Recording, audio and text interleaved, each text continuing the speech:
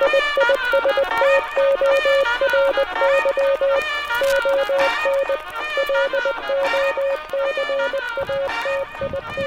my good friend Richard, I say good friend. We hardly know each other. We've just met, but I can tell that we're going to be good friends. So you joined the Navy in, is it 63? 62. Okay. So you're in the service a year before I was born. Just to give you that bit of background, right? Kid. Yeah, I was only born in 63, so I'm a baby. But and we were talking about they were expendable, the John Wayne movie. Yeah. You remember there's an incident in that movie with a Kuma. It's a light cruiser, a Japanese light cruiser.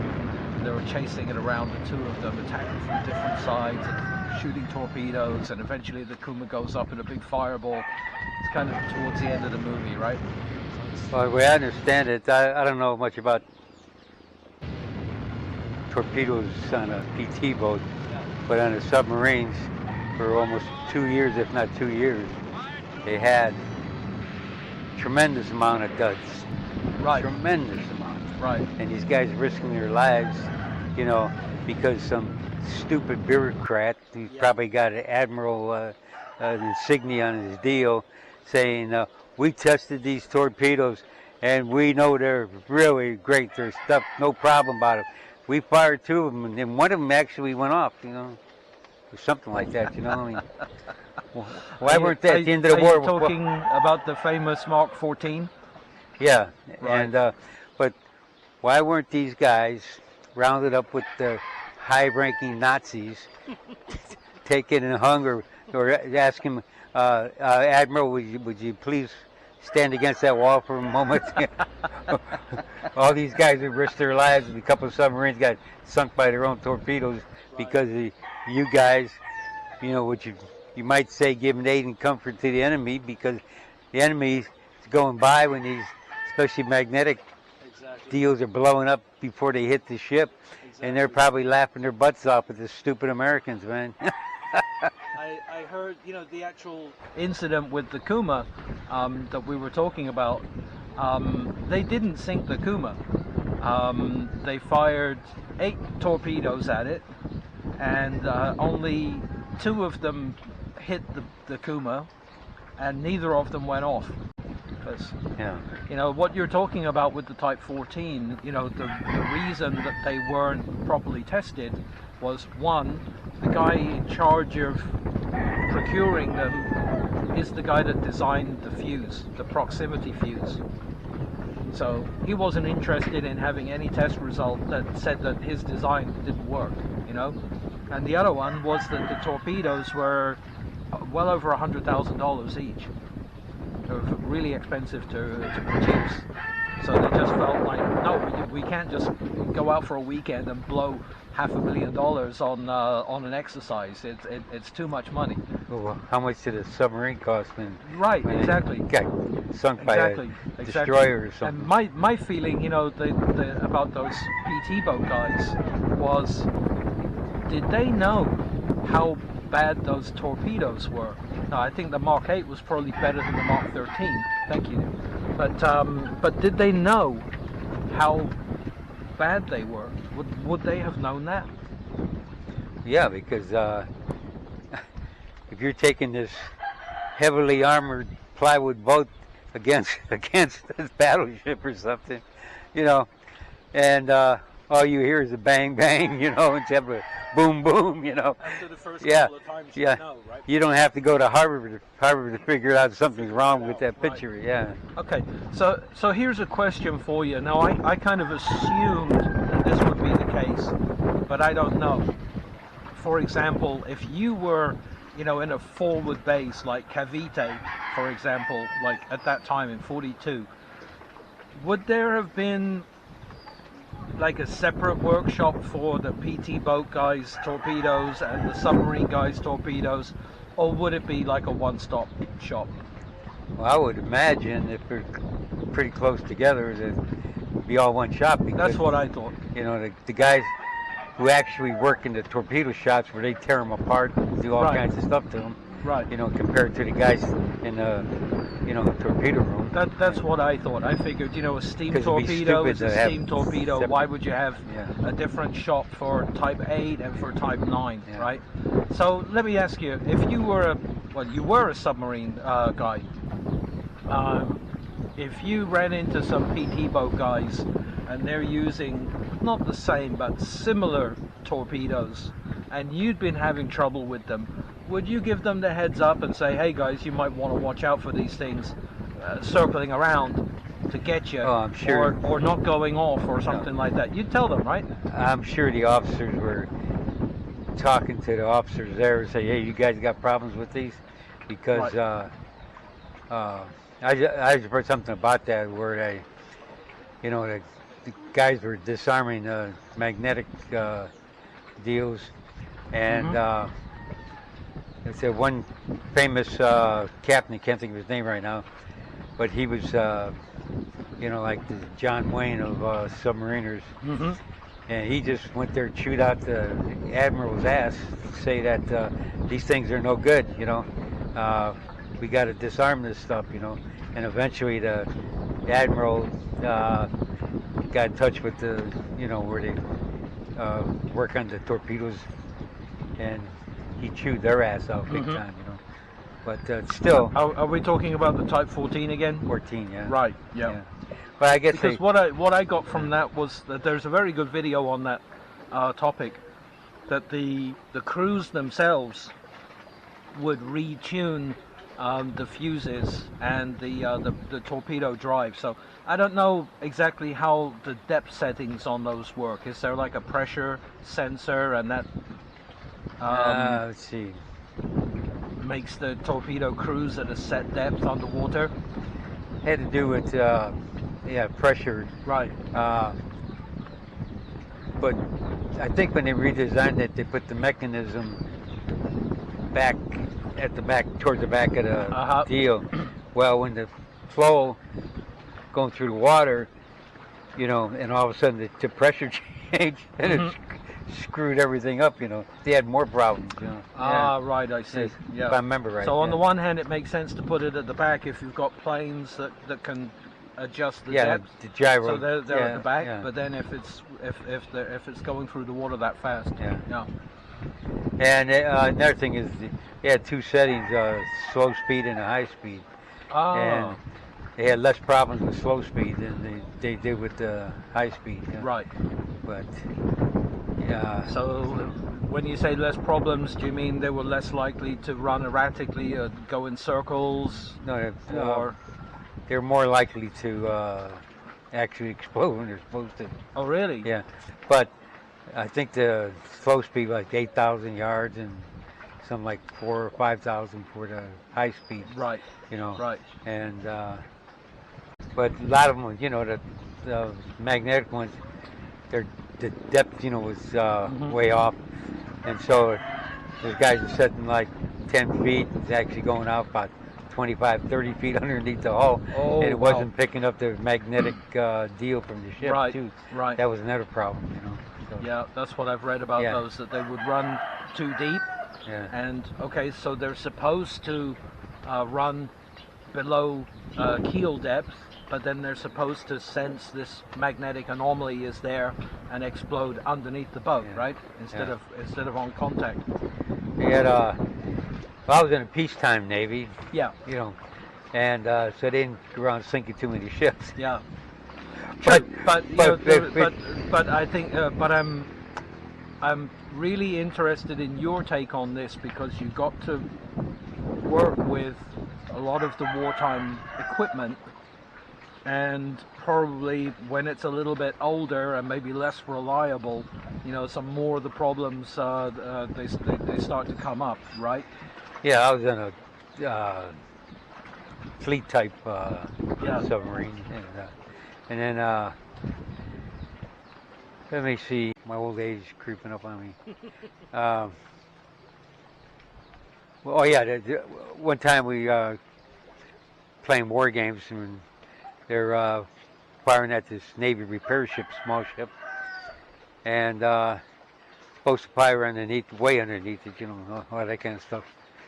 And the sucker hit the back of the repair ship, which wasn't that big of a ship, and where the thing came up and the propellers here and stuff hit there, I guess ricocheted down, and caused, I guess, the seam in the ship or something to open up a little bit. It was taking on water, you know. Not bad enough to sink it because they had pumps and stuff, but you know, like I say, I scared the shit out of the guys. You know, go excuse my French, you know, but no problem. Yeah, and yeah. And when I first got on that submarine, they were in the shipyard, and then I went to sea, and they cut a hole in the conning tower, and they did whatever they did to it, you know, the yardbirds, and welded it back up. So they're taking out the test dive, and I was in the forward room, and they go down every 25 feet, and they got sound-powered phones on, which work really good in case there's no electricity and stuff. And they're reporting leaks and all the thing. Now, this thing's 20 years old, right? It's leaking like a sieve. And so they keep going down and going down. They're going to go on a test step to see if it holds this where they welded it, you know. So I'm standing between torpedo tubes, watching what's going on. You know, I went to sub school, but didn't really know that much, right? And then all of a sudden, they start going down another 25 feet. It was like 300 feet or something. And all of a sudden, the boat starts going like this, and the engineman gets on the loudspeaker system, flooding in the forward engine room. Then all these guys jump up and stuff, and they got pressure-proof, you know, ventilation deal, watertight doors and stuff. And they had a little torpedo tube on the side of the sub to fire flares. So one guy takes a red flare, puts it in, shoots it out, means they're sinking. Red flare means you're sinking. And I'm watching all this stuff. I'm holding on. We're at a steep angle. I don't know if we're going this way, if we're going this way. I'm saying to myself, boy, this is exciting, just like in the movies. Yeah, it's probably what you don't want. Yeah. There's no continental shelf in Hawaii. You know, I mean, you go down. You know. That's it. Yeah. But fortunately, they went up. You know. Yeah. But going back to torpedoes, if we can, I remember you telling me that you worked on two distinct, different kinds of torpedoes. One was a steam torpedo. When we're talking about steam torpedoes, they had one aboard, but a short time after I was on there, they took it off. I don't know why, but they took it off. Like legacy hardware. It was all Mark 14s they had. Right. So by steam, what we do, just to be sure, for me to get this clear, this thing is fueled with alcohol. Alcohol, yeah. And the alcohol is burned in oxygen or air that's in a cylinder inside. It goes into a flask, like in spray. They got igniter sets it off, and then the combustion and steam, spins the blades, turbine, and then propeller. The shaft. It's got two propellers counter-rotating. Contra-rotating. Deal, and the exhaust goes out the bottom. You know, I mean out the back, the very back. You know. Right. So tell me about torpedo juice. Oh yeah, I think we had This is a bit of a 2 or 3 40-gallon deals of alcohol, and I know back. I heard a lot of stories in World War II that guys were drinking it. Right? Well, I never tried it, but because they put what did they put in it? Iodine or something in it. But I heard guys that take like bread, you know, cut the ends off and use that to filter through, let it filter through. You know, whether it's true or not, I don't know. I never seen it. Use a loaf of bread to filter this. And this is industrial alcohol, right? This is it like pure ethanol? Pure alcohol, or? Yeah. As far as I know, I think 100% besides the stuff they put in to keep you drinking it, you know. Yeah. But I never drank that much, and except when I was going torpedoing school, San Diego, we'd go down to Tijuana and get him drunk and sell it. But my dad was an alcoholic, so I said to myself, hey, don't get in that routine, man. Yeah, so I drank, but not very much, you know. Yeah. Still don't, you know. Yeah. Probably better for you, yeah. Yeah. And I can only imagine how poisonous torpedo fuel could have been. I'm surprised none of those guys were blinded or something. That's kind of scary. Yeah. Well, I don't know when they started doing it, but maybe the high command said, "Hey, these guys are risking their butts. You know, let them do what they want to do." Because one thing about the submarine service, you got away with a lot of murder. It wasn't like the regular Navy, where if you're on an aircraft carrier, you know, it's all Navy. They got Marines on board there, you know, and yeah. To me, a bunch of BS where, like subservice or other type of duties like that, it was basically, I'd say, a semi-military organization. You know? Semi-military, right? Okay. Yeah, because you got to do a lot of stuff, and you know. Do you know the saying, what happens in Vegas stays in Vegas? Yeah. I was fortunate to be in, not on an aircraft carrier. I like airplanes, but just when they take the military stuff too seriously, like the Marine Corps. I got a twin brother who joined the Marine Corps. I was going to go in the Marine Corps. I'm glad I didn't. And then my older brother was in the Marine Corps, and them guys are crazy. I mean, they're nuts. I know a few ex-Marines, and they're special. Yeah, I'll say that. Yeah. they're special guys. Yeah. Getting back with those torpedoes, them SOBs that should have solved the problem before the war even started, because they're on their high horse. You know, I'm an officer. My doo-doo doesn't stink, and you know. The fuse was a high-ranking officer. Yeah. And if these guys are dumb enough to get in a submarine or a PT boat to go up against these battleships, hey, you can't be too smart anyways. But I don't have to do it because I'm sitting here where we're developing these things that don't work. You know. Yeah.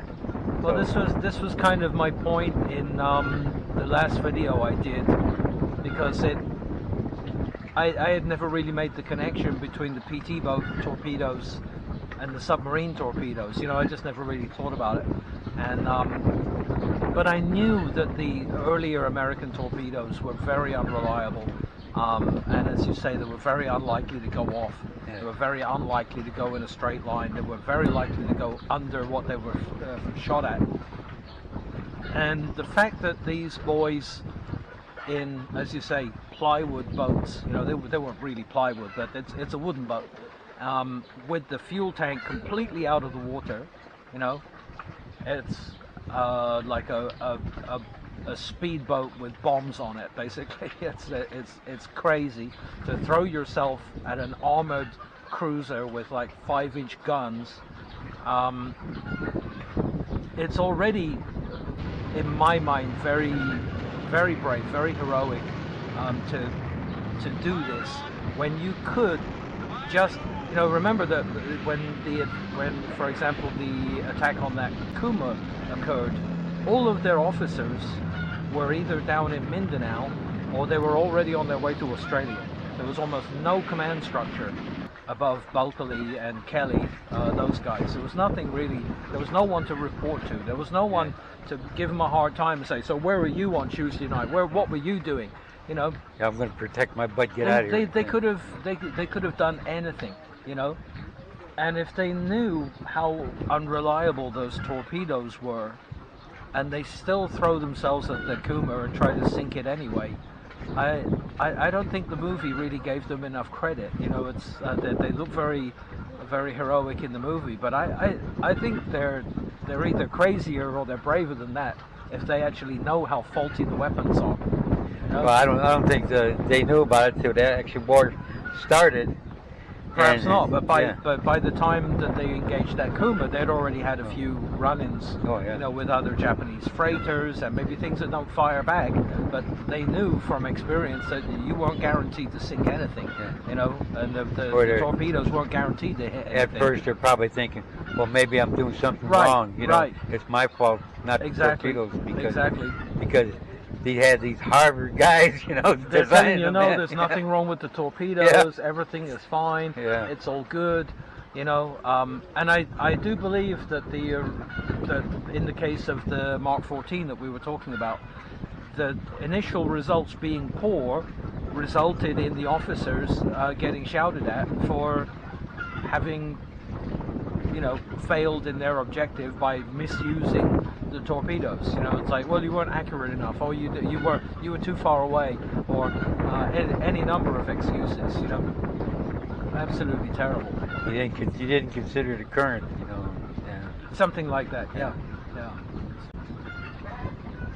Terrible. But yeah.